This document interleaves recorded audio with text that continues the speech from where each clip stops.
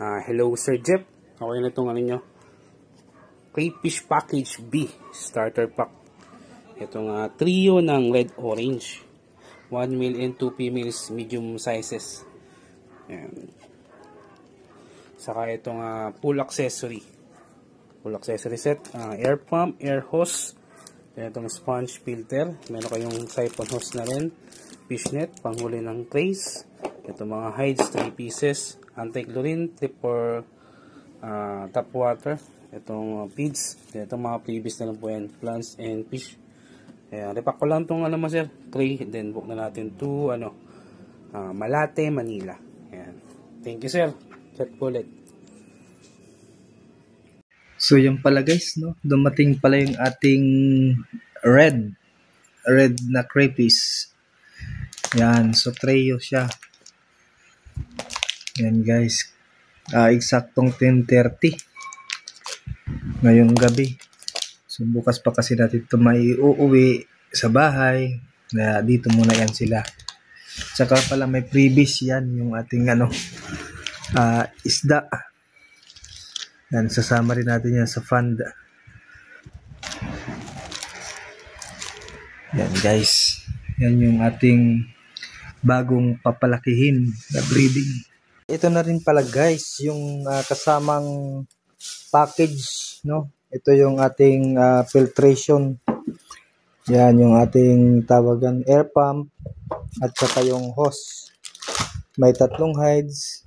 Itong hose din na para dito sa air pump.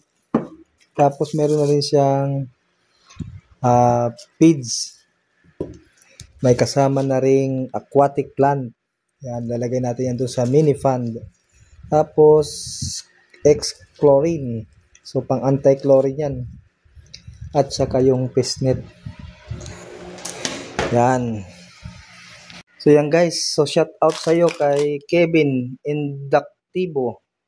So diyan po ako umorder. So legit naman kahit na first ang niya kasi talagang payment first, no, bago dalhin ni rider. So okay naman, garantisado naman yung dumating. So yan guys, good morning. So magsi-7 na pala, no. Excited na akong makita uli yung ating breeding na crayfish. So yan, so okay pa naman sila. So gumagana pa naman. Buhay pa naman. Yan. At saka yung ating mga previous na isda. No, yan no. Maliksi pa naman.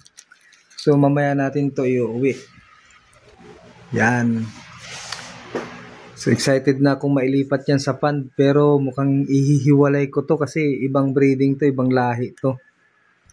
So magsiset up uli ako ng panibagong maliit lang na fund uli. No, gamit yung ating pang swimming pool ng mga bata na hindi na ginagamit. So doon ko siya ngayon ilalagay. Ihihiwalay.